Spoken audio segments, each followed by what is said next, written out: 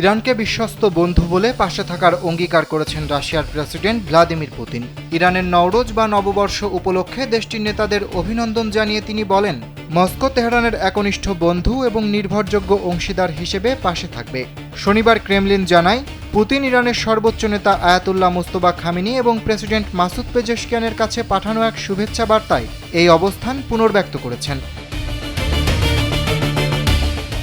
রাশিয়ার প্রেসিডেন্ট এই কঠিন সময়ে ইরানি জনগণকে মর্যাদার সঙ্গে প্রতিকূলতা কাটিয়ে ওঠার প্রত্যাশা ব্যক্ত করেন। ক্রেমলিন আরও উল্লেখ করেছে, যুক্তরাষ্ট্র ও ইসরায়েলের ইরান অভিযান পুরো মধ্যপ্রাচ্যকে এক গভীর খাদের দিকে ঠেলে দিয়েছে এবং বিশ্বজুড়ে ভয়াবহ জ্বালানি সংকট তৈরি করেছে।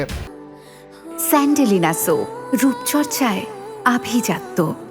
এ সময় পুতিন তার বার্তায় ইরানের সাবেক সর্বোচ্চ নেতাকে হত্যার ঘটনাকে নিষ্ঠুর হত্যাকাণ্ড হিসেবে উল্লেখ করে এর তীব্র নিন্দাও জানান।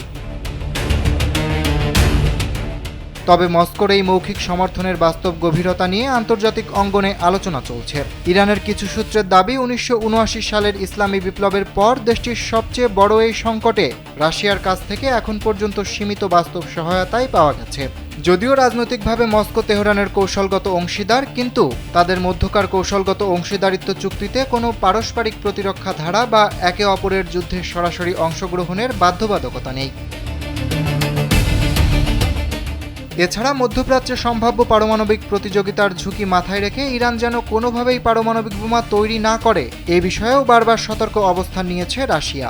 তাই তেহরানের প্রতি পুতিনের এই সংহতি বার্তার মাধ্যমে মস্কো বিশ্বমঞ্চে নিজের অবস্থান স্পষ্ট করলেও বাস্তবে তারা ইরানকে সামরিকভাবে কতটা সুরক্ষা দেবে তা নিয়ে অনিশ্চয়তা কাটছে না। আপাতত দুই দেশের মধ্যে এই বন্ধুত্ব ও অংশীদারিত্ব কেবল কূটনৈতিক সমর্থনের মধ্যেই সীমাবদ্ধ থাকবে কিনা, সেটি এখন বড় প্রশ্ন হয়ে দাঁড়িয়েছে।